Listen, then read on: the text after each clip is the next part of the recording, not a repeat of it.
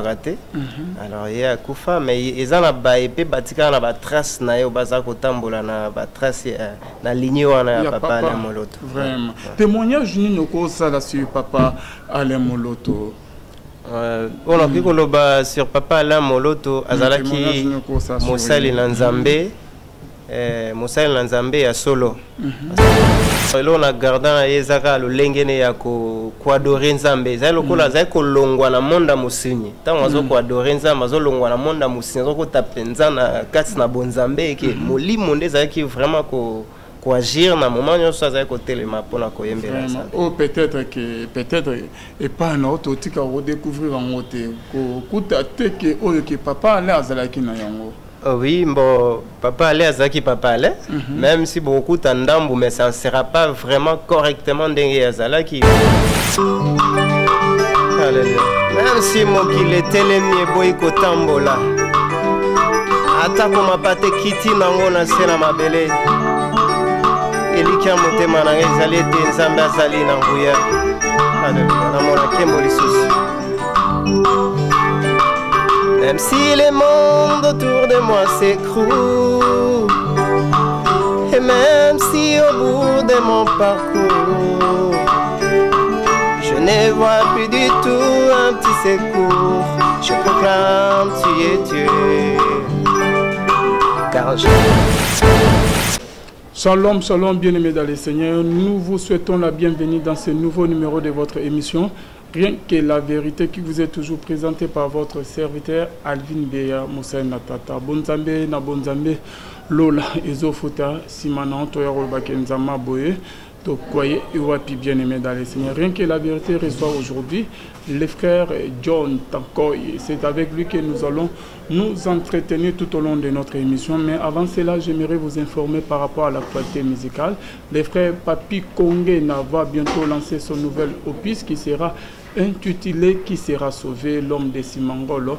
Toujours sorti l'album Simangolo depuis Champ de Fonds en Suisse. Un grand merci à pasteur Fezamissi à la bouche autorisée de l'éternel Nangamazirique, na Philo Mukwaya Motema. Il y a Bivens Domo depuis Londres, puis na maman Gisèle Lukelo Motema papa Emmanuel na Boston Bonzambe, na Bonzambe Lola Ezofuta Simana Antoyaroloba Kenzama Boye.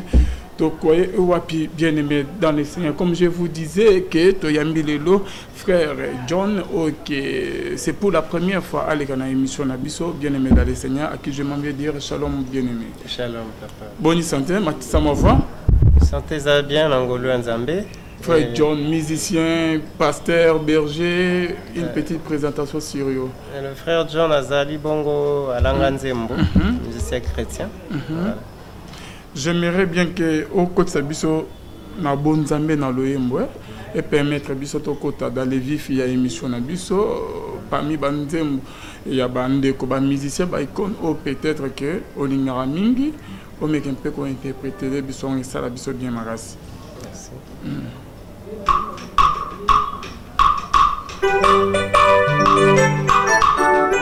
Alléluia.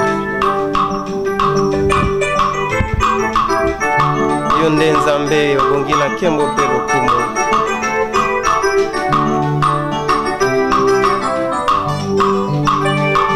Alléluia. Même si mokili etelemi eboyi kotambola, atako mapate kiti nango na se na mabele, elika motema nanga ezali ete Nzambe azali na nguya. Alléluia. Namona kembo lisusu. Même si le monde autour de moi s'écroule, et même si au bout de mon parcours, je ne vois plus du tout un petit secours, je proclame tu es Dieu, car je n'ai pas besoin de voir pourquoi. Je pose pas des questions déjà pourquoi. En toi je bâtirai tous mes espoirs, je proclame tu es Dieu. Même si le monde autour de moi s'écroule, et même si au bout de mon parcours, je ne vois plus du tout un petit secours, je proclame tu es Dieu. pourquoi. Je pose pas des questions du genre pourquoi. À toi j'ai bâtiré tous mes espoirs. Je proclame tu es Dieu. Même si les monts, même si non, il veut plus à chanter ta louange. Les chants d'oiseaux s'élèveront vers toi. Même si les monts ne voulaient plus célébrer ta louange, les pierres s'élèveront pour t'acclamer. Le temps peut s'arrêter, oh, et les étoiles tomber du ciel. Tu es Dieu, ton règne n'a pas de fin. Le temps peut s'arrêter, oh, et les étoiles tomber du ciel. Tu es Dieu, ton règne n'a pas de fin. Alléluia. Yesu yondo bongi totombola katango nyonso. Nzambe aza ko gérer souffle ya vie ya bomona ngande yo. Alléluia. Jésus.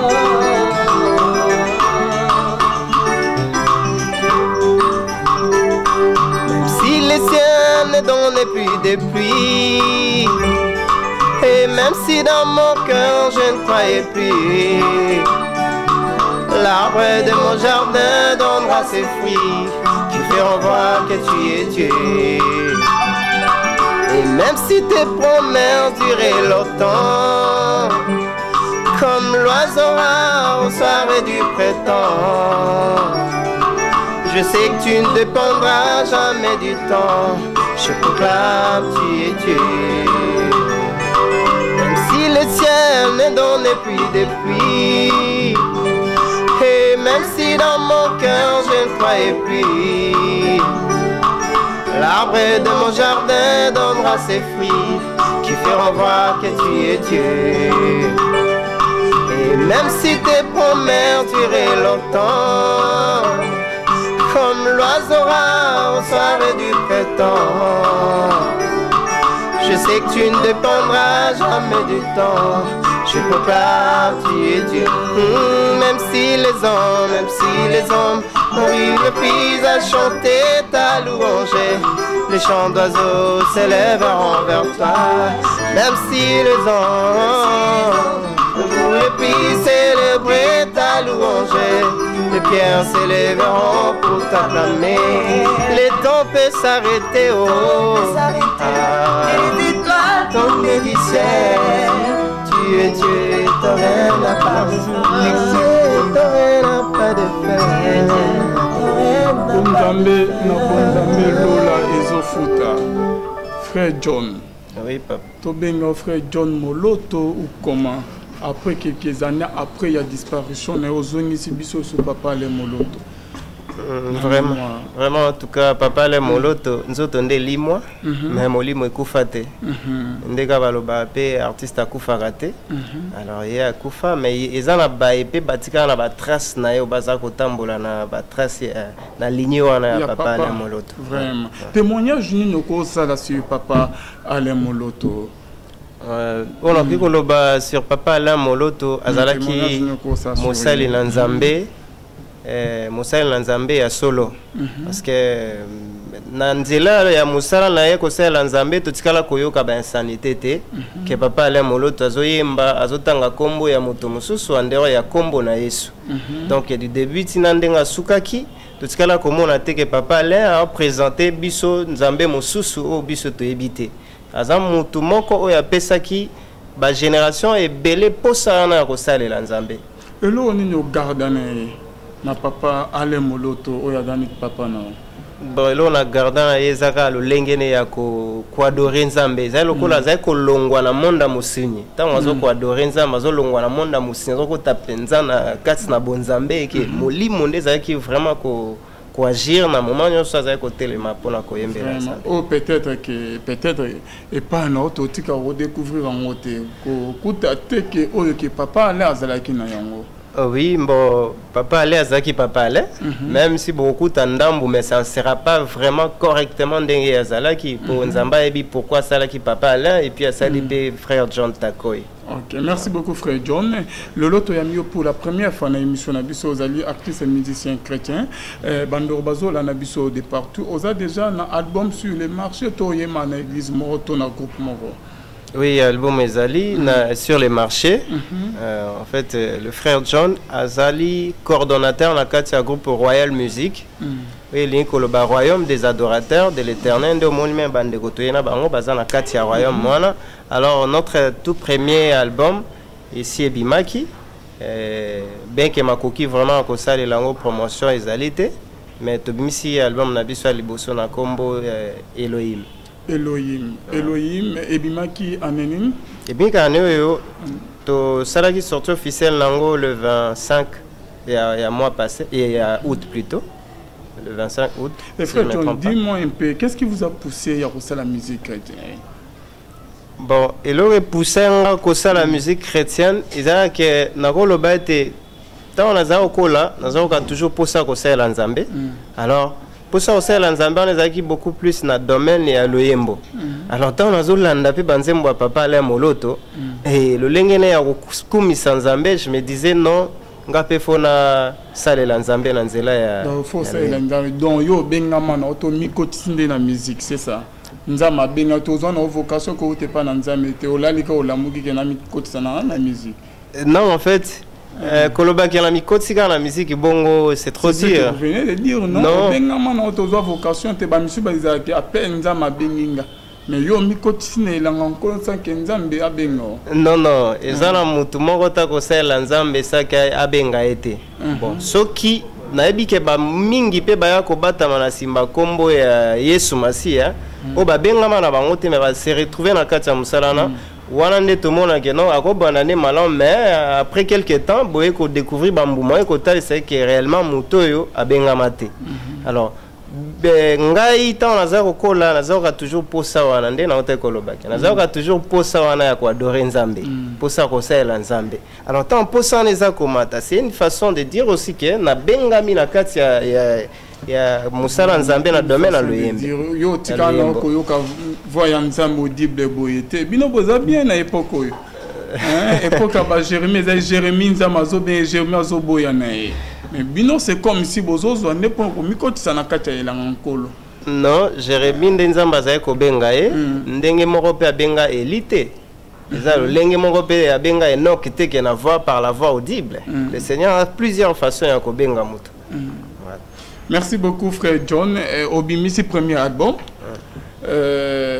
Titre nango lobinini Elohim. Message clé ni dans la kati ya album non. Message clé za ko kolobaete ba union surtout au bazana Elohim, au bazana le Dieu tout puissant, bazana le ko bangate. Ah bon? Parce que lorsqu'on a celui qui englobe puissance union surtout tout ce que nous connaissons comme puissance et vandi na kati nae. Alors que Moutouana est comme Ivan s'appelle na Katinayo, donc tu n'as plus rien à craindre. Ah bon? Voilà. Oh, mais tout le monde na kata Bible, Eli akimaki Reno ya banaï kolu qui s'appelle Aboumaye, Jézabel. Et au moment que Eli azaina nzambe quelque part bangaki nae. Wana za kanzoto. Tango nzoto komi ko agir nde omona ke no bobangi yeko parce que tozo tali même Pierre tango amoni yeso tambo alikolo na mai atuna biwala masi ato yeso esanga ya Pierre atuna abi non so kezayo permettre nga pena ya quand il a commencé à salipa liboso bobangi ezaki te azako tambo ane normal tango abandi ko banga Pierre abandi ko kozinda donc nde yango wana so zana nzambe et les mains au diable a quoi embrouiller biso ba na nzambe za kobanga tant mutabandi kobanga c'est vraiment ndo mona ki non comme même kokim vraiment Elohim alors na kati album Elohim okuma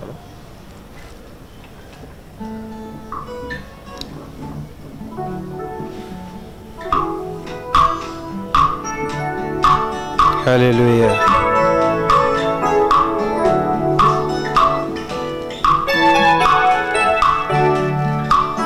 Kolo ndima na loba ete okumama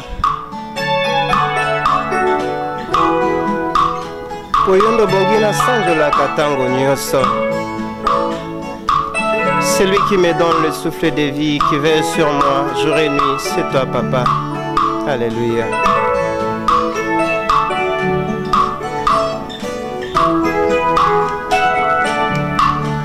Papa yo salia mingi na bomoi nanga ngala mituni ninyango na pesa na yoe poyo salelanga mae maso salelinga yoyo yawe yotonda bolamu Yesue. Alléluia. Kolo yo salia mingi katina bomoi hoyanga ngala mituni ninyango masia oyo napesaki na yo poyo saleranga ngolu nyonso salelinga yoyo yawe mozalisi na nyonso we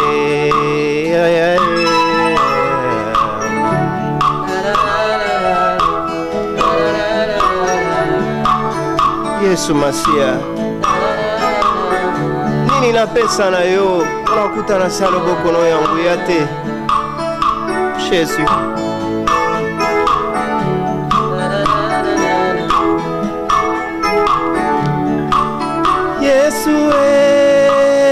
Yesue nini napesa na yo Yesu moninga motema nini napesa na yo batelinga kino lelo yo yawe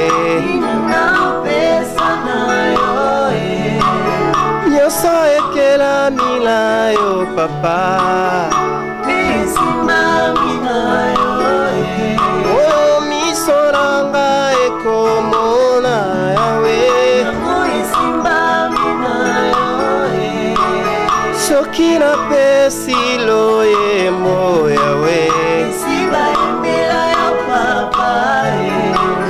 soki nabeteli yo maboko yawe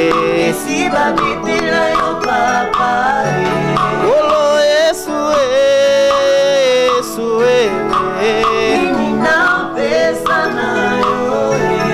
obongoli lolengeranga yo yawe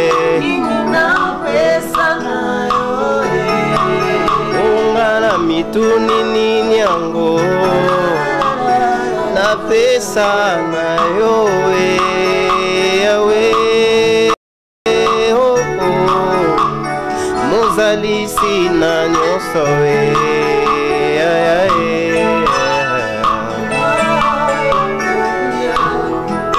Jésus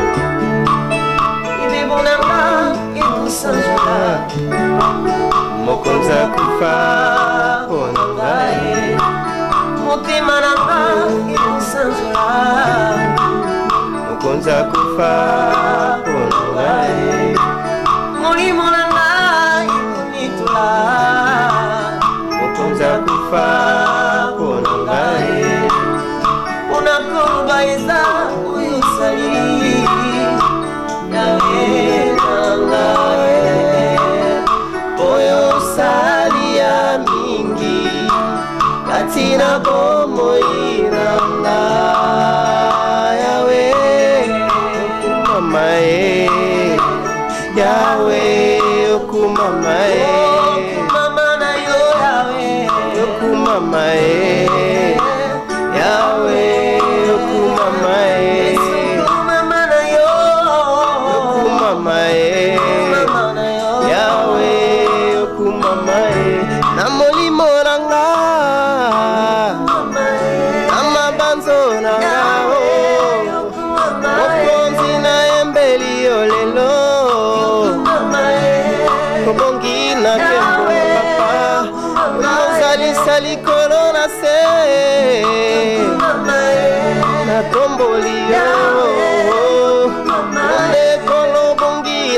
Kombo papa Tomboli yo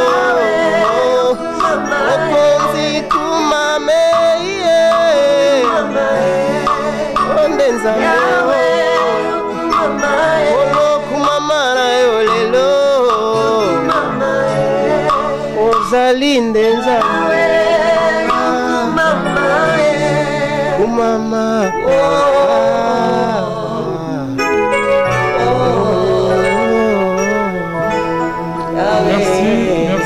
Merci frère John. Message n'y est dans la catalogue moyo. Message Zakako. Nous demandons au peuple de Dieu d'être reconnaissant. Nabolamu oyo nzambe asaeli biso. Et puis nakobaki sa été mutu yo mutu za kobika soko lingo kumisa nzambe kolandaka te oyo eza kozanga yo. Oyo eza mutu ya koleka souffle de vie na kati ya vie ya mutu ezalaka te. Alors tant que za na pema na bomoi yekola toujours kokumisa nzambe koloba na ye kokumisa ye pona pema na bomoi ya pesi. C'est-à-dire être reconnaissant. Le message en akati ya loyembe ezaka ko reconnaître. Otali vino malamu bolamu nzambe kozanga te. Vraiment. OK, soko tali même si ozangi ya kolia yango tende lobi ke bolamu na nzambe zate. Bolamu na nzambe. Mais bana Israël tant bazalaki na captivité basengi bango bayemba la bayembela nzambe balobi ndenge ni tokoyema koyembela nzambe na mboka ya bapaya na ba situation ya pasi otoza nango. Parce que yozo ba peut-être na ndeko mo azo souffrir Adam Ambetu peut-être terrassé par la maladie, azol gana ba situation mo injuste, ozolo bakaku misanzambe. Est-ce que bakumisa nzambe baluwa nzambe après avoir kozwa oyo ozolo kana vu tout avant? Ya wana lobaki mutu akoprendra te ke bolamu nzambe ezalaka toujours na vie nae. Je me demande, il y a un embêté hôpital. Mais à quoi kosola na mutu? Aku misanza mais toi c'est nzambe lobi. Nazo ko ma place wana papa. Na ko ma place ozali. Et bembe jamais ko fungola munoko pe adresser un mot na mutu azana pema na bomba. Mais yo mutu ozana souffle de vie. Ce qui nzamba permettre kozana kati hôpital mais au mona tongo kotana pe moi kobima. C'est que azana na eloko akosala na yo. Eza bolamu na nzambe. Le fils que komona tongo kotana eza da sujet ko tindika biso to kumisa nzambe. Pour ceux qui ont tongo kotana ça dit que nzamba azana eloko akosala na yo. Donc mingi to kansaka ete tango oza célibataire na nozi libala te donc kokumisa nzambe kaka sozi libala. Alors que non et bembeke ko balate mutu azana pema na bomo nda ko bala. Bolamu oyo qui souffle de vie ezate. Ce qui souffle de vie ezali, c'est un sujet pour la biso kokumisa d'abord. Et alors la Bible dit que lorsqu'on adore Dieu, il descend. Atinda ba ange te mais akitaka. Mais quand on kokumisa essaie de l'adorer. Peut-être qu'en andengo za na mbet hôpital wana adoration ko sala kenzamba kita pe alongo. Et lorsqu'il vient c'est pour changer, pour la kolongo la maladie, ko benga ngona kombo guérison. Voilà pourquoi nous devons toujours kokumisa nzambe. Le titre yanze mes amis Okumama. Okumama. Donc Yesu Okumama. Et deuxième titre ce que les amis papa? Deuxième titre ezali Eliki Asuka. Eliki Asuka. Et parlons nous bani. Eliki Asuka, c'est une façon à koloba ete totali na mokilo nyonso tout. Même des tozana yo papa Alvin na kochelo mutema au secondaire au yaka au secours na vie nanga tout moment tant on a un moment difficile il arrivera des moments exacts non aux on la poste aux on la makoki ya ko intervenir na likambulanga mais aux musika na meki numéro no pe ezolekate mais seul mutu na moment là ko intervenir ezaka nzambe Eliki Asuka eza loyembo ya mutu lisolo ya mutu ya meki koluka solution na lolenge nyonso tout azui angote be à reconnaître que non réellement Eliki Asuka ezaka Yesu Masia. Voilà. Toza ko senga na nzambe te pona likamba ba étude nanga pona santé na ngai. Eliki na moni pe na bundi na makasi na nga nyonso celui-ci zwami te Eliki na nga Asuka ezaka yo. Dans la femme il y a perte il y a sang atamoli partout. Voilà, et Eliki Asuka est composé par les stolistes pour Ndena Lobaki, groupe royal et le a presque même idéologie na Gaël musique à papa Alain Moloto. Donc là nous donnons la chance à tout le monde d'être capable de s'exprimer et s'exprimer. Alors album la biso Liboso, notre soliste est Pecha qui titre Eliki Asuka wana ils ont composé par lui. Donc voilà. Toyoka Elikia Yasuka.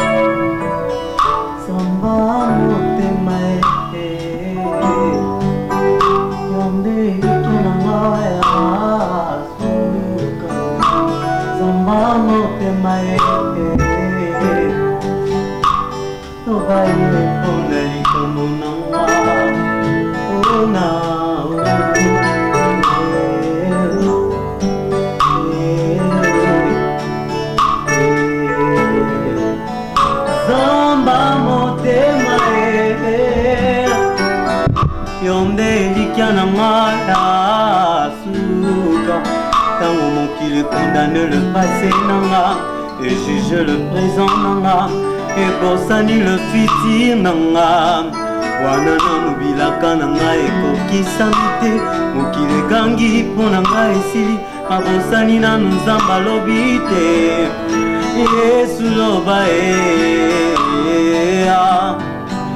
yaya loba mpo na deside nanga Yesu loba Hello, bye, Bonali, Kamunanga.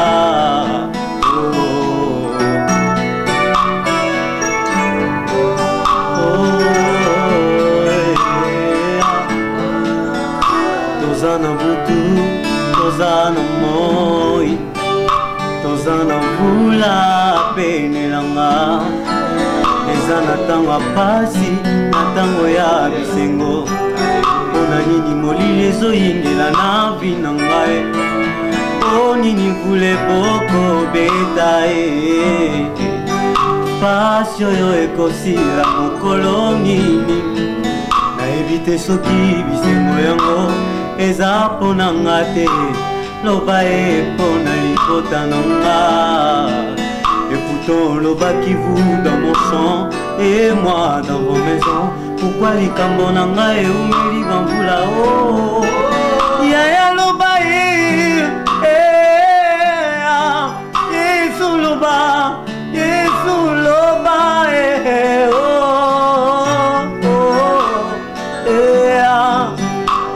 oh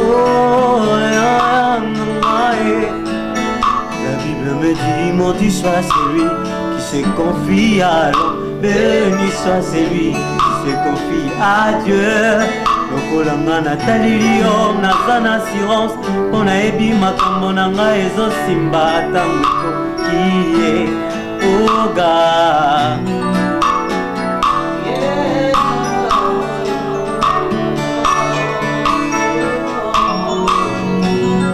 ntango ekoki akita ntango ekoki aloba tango ekoki asala tango ekoki atango ekoki oh yawe tango ekoki asala yawe tango ekoki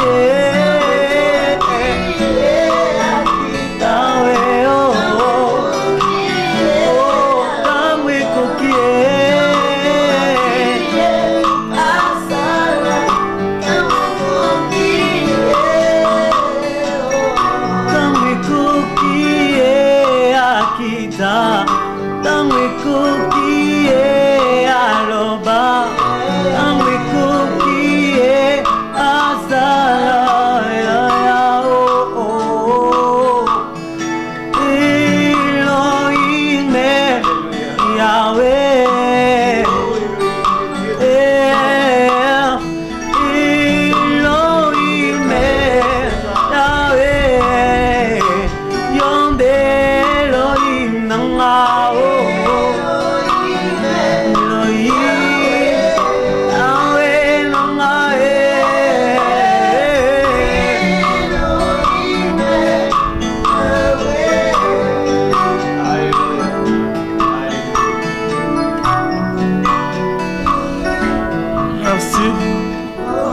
Tango et Koki, mon frère, comment on a? Le frère Joyce Quenda. Joyce, ok. Nous avons un message nous autres transmettre dans l'OMO. Ndenge kaka président du Koloba. Natal Sanabatu Keno. Au moment où on a Keno, aux ana secours na likambo moko bo. Aux ana mutoko soutenir yote. Il qui a nayo tiangwe pa ya Nzambe.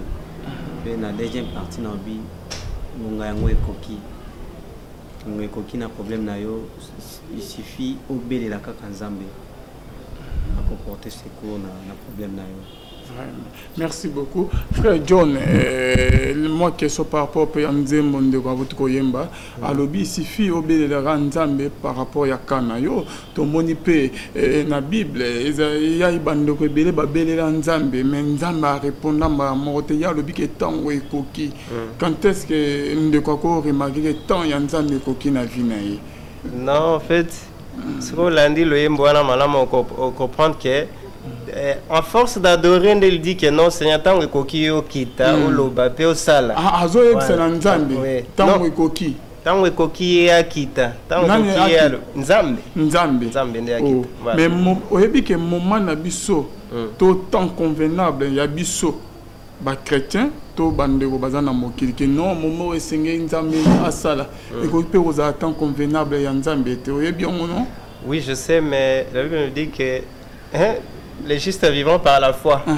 Oui, c'est par la foi qu'on doit dire que notre temps est coquille. C'est comme si on a imposé Nzambe que Nzambe est temps est coquille. C'est notre papa. C'est notre papa. Il est mutakele biso. Ça le quoi ane ozana moi non ndako. Ailleurs dit non papa tu dois m'acheter ça. A obligé au thème mais ça ko sengande papa à revenir na devoir na e. Devant ya papa envers moi. Pendant que Zacharie n'a moi signé Elisabeth, pendant que Botate Zacharie a prié, Nzamatika ko répondre te. Bible que lorsque l'Éternel Dieu s'est souvenu. Donc il s'est souvenu de Rachel pour la rendre féconde.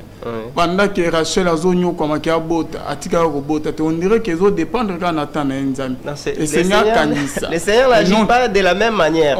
Atika linde moko mais il n'agit pas de la même manière. Nenga ko sa na vie nanga, ne pas ko sa na vie noté. Peut-être ba poe à ressemblance c'est causal, mais pas correctement que nenga sali na vie na on dépasse ça na vie na. C'est peut-être que na Jérémie zo pourquoi ma souffrance était continuelle Ndeka na. Azo moka Nzamba zo sa que souffrance est so tali Jérémie donc manière na oske za ke Nzambe temps ekoki salaka la sikoyi tant ekoki ndeni bakoye bagatoza yeso ka salite il faut bilembo ezala. Ah oui. Merci beaucoup. Bonne Nzambe na bonne Nzambe lo les ofota. En tout cas merci beaucoup na bande réunion to bazola na biso. Troisième nzembo ezani papa. Troisième titre na kati ya album eza Elonga nanga. OK, olingo lo banini par là. Toza kolobela prison ya Molimo na ya Musuni. Vas-y. Et le yembeli kolobete soki bakanga na prison ya Musuni, papa, maman bandeko bakoya ko rendre nga visite na zama consolation. Mais soki bakanga na oya Molimo, ezaka Nzambe Yesu ndaza makoki ya koya pe ko kangolanga. Alors tango moto akanga maki na minyolo la Satan. Azui délivrance nde na sima na nga bandi koloba ete elonga na ngai. De Yesu nde elonga na. Vraiment, toyo kangolo.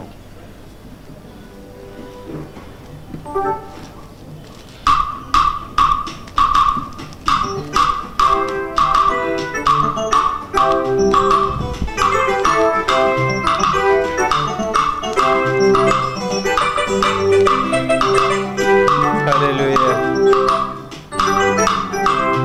Yesu.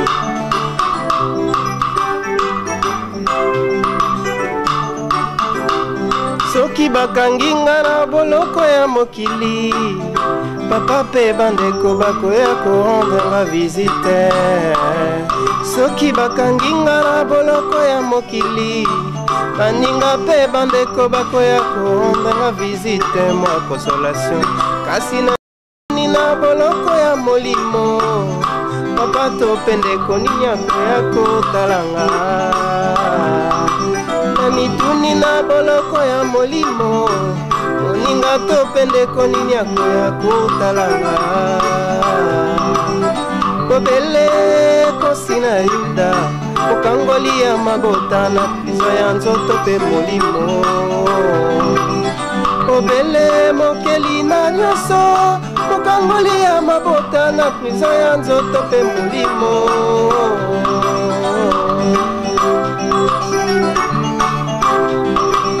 kanginga na boloko ya maladie naluki bokoko na mindele lobiko na ngai ezwami te papa naleleli yo ya kokangolanga Elohime ya kokangolanga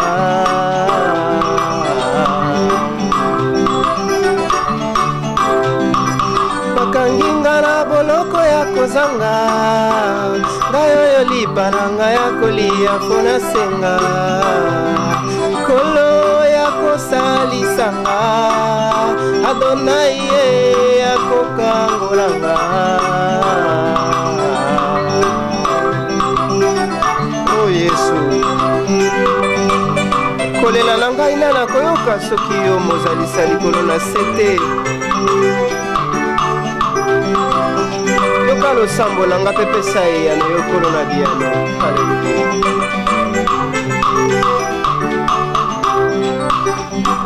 yakokangolanga yakokangolanga olo Yesu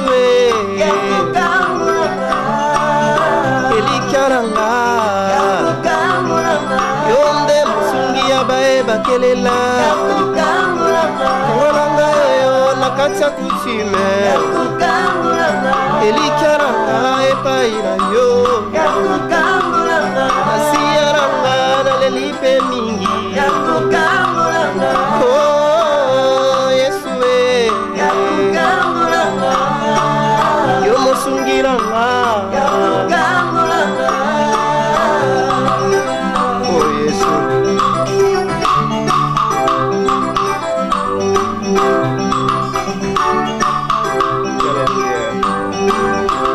Yesu mokangoli elonga ntango nyonso nde yo Seigneur Jésus-Christ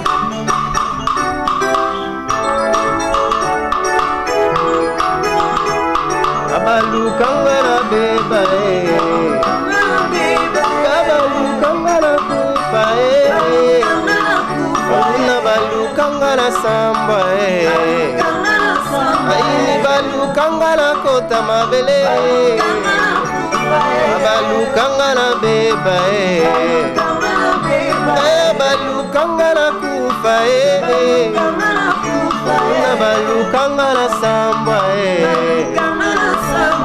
balukanga na kota mabele Nzambe na lola telemi na ngambo na nga bakomi lekopakata mbangu elonga na nga Yesu yende elonga na nga abanga ninye Yesu elonga na nga alenga ninye azala ngambo na nga elongesa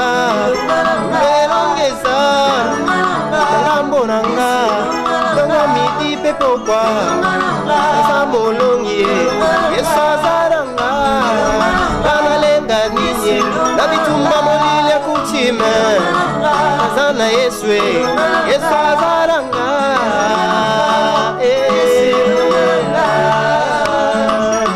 Yesu Haleluya yonde longalanga ntango nyonso ntango makasi esilaka na nzoto Seigneur molimo ezongisanga toujours ete Yesu azali Yesu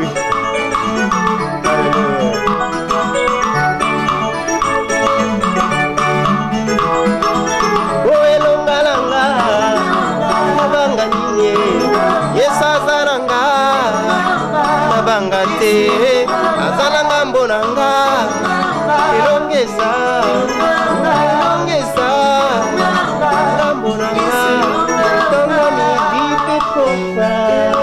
Bonzambe na bonzambe lola ezofuta Yesu elonga nanga nakobanga nini eloko te eloko banga eza te po Yesu azali vraiment Merci beaucoup, mon frère John. Tu as commis presque dans ce qu'il y a une émission Nabiso. Au début, que l'album est bimi, mais distribution et salamate, promotion, puis toujours commenter parce que l'album Moya Kito. Qu'est-ce qui ne va pas? Bon, bah, moyen des accords sur défaut. Tout ça là qui est fort, il y a ça là où j'ai deux ça là qui tant on zamba le bas qui va avec cette force que tu as. Voilà, il y a un de tout ça que ça là. Et tout qui est malin. Ma coquille vraiment, ils ont permettre de sauter tout ça la promotion et album au malam. Ils ont banzé mon sous ce tika le sous qui toro makasi, nakasi ongonge permettre de tout ça la live donc c'est un peu ça. Ce qu'on a bandé au nyos tout bas la nabiso au salle autoproduction, producteur azate, distribution et salamité. Soyez qui est dans des comment azo la nabiso azali touché qui a produire yo, azo album yo, a panza soit à soutenir. Mosala oyo zanango bosala ba clip na ba condition mo ya bien album ici la ba koki kozo na ba moyen ni. Alors on déconne surtout à Koluka à Kota contact na groupe Royal Music à Koluka produire biso toi soutenir biso d'une manière ou d'une autre avec Kobenga na numéro oyo plus 243 81 71 53 953 plus 243 81 71 53 953. Et appelle à WhatsApp numéro. Oui. Les appels à WhatsApp, ce qui peut couper sa deuxième numéro à WhatsApp, c'est plus 243 89 411 11 plus 243 89 411 11. Les deux numéros sont à WhatsApp. Merci beaucoup, frère John. Nandenge Oya Kotala Biso. Merci na Bandeonion Stuba Bananak Biso na Jonathan Azalaki Sima caméra pe Johnny Kamande Jonathan Mona Mukeme Mayele Bele. Bonzambe na Bonzambe Lola Ezo Futa Simana Oto Yarolbake Nzama Boto Koye Lisusu Wapi. Numéro ya frère John Yangwana pe ba affiche monacé. Et kozala bien makasi bo bengaye beaucoup en contact naye bo soutenir Musala Kitoko Oyo Basali na album Oyo ya Kitoko makasi ko leka frère John. Na tike bino plateau comme ça bossi cette émission na moi loye moko ezala bien makasi. Merci beaucoup. Merci beaucoup. Mélodie.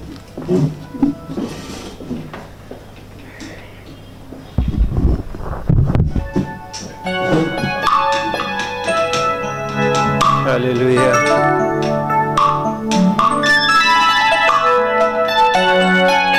Yamba mélodie ya mitema basomba na makila na yo Yesu Masia.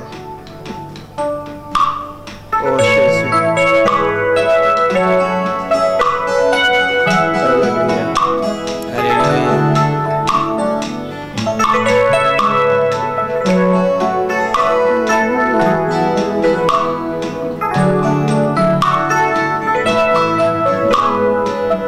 Mélodie d'amour na ekobondela yo poza nyonso ya vinanga motema yango mpe na ekosopela yo po yango ya motu ya nde naza nango oyo sali nakobomba te ozali papa nakotatola lobi nayaki kosenga yo mosala yawe opesaki ngai yango ntango nayaki kosenga yo mpe lobiko yawe obikisaki nga yango naye kotatola yawe zwa lokumu yango naye koloba lelo yawe zwa lokumu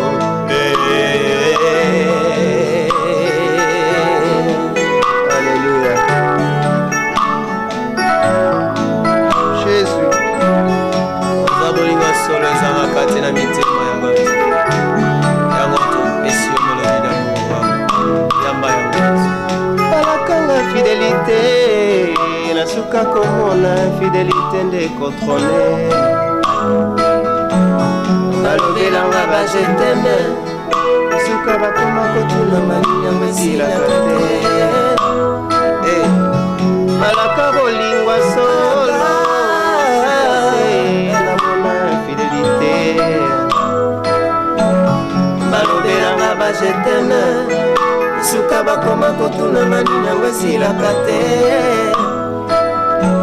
epa na yo Yesu nga nazwi bolingo ya solo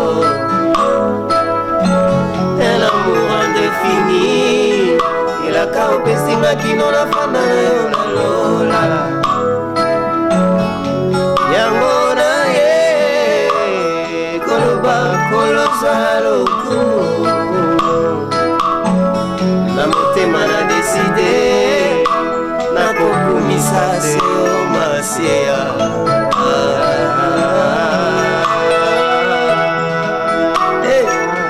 Yesu Yesu yo ndo langwisa mitema na biso Jésus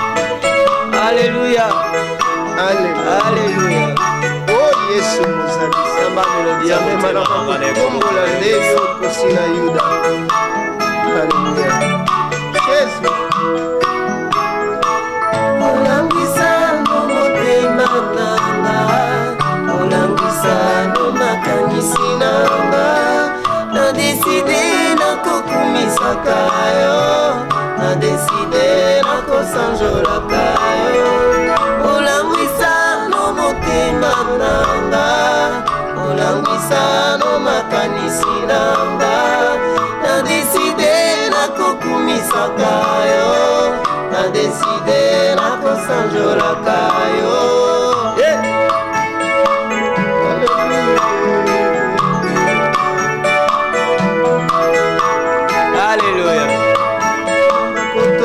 Misayo kino suka ya bomoinanga Alléluia na ekobeta lisolo ya bolingo yanga na mon Jésus oh na ekobeta lisolo ya bolingo yanga na mon Jésus Nzambo alinganga atuna taba voisin te atuna pe baninga nanga te nde bolingo nanga bolingo nanga oh ya Yesu bolingo nanga oh ye bolingo nanga bolingo nanga ye bolingo nanga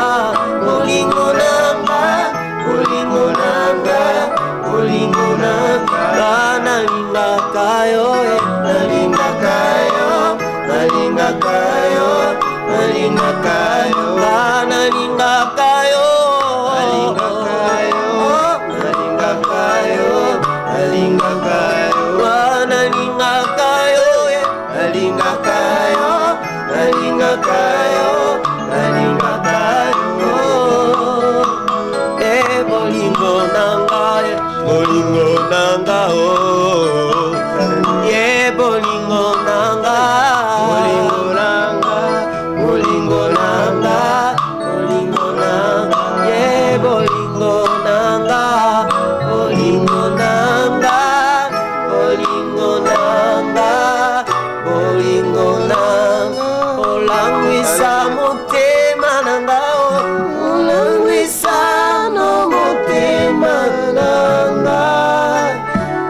Sanisanga bashoka ba deception na deside na kokumisaka yo na deside na kosamwisa motema ya royalo olangwisa no motema nanga obosanisanga bashoka ba deception na deside na kokumisaka yo na deside na kosanjolaka yo.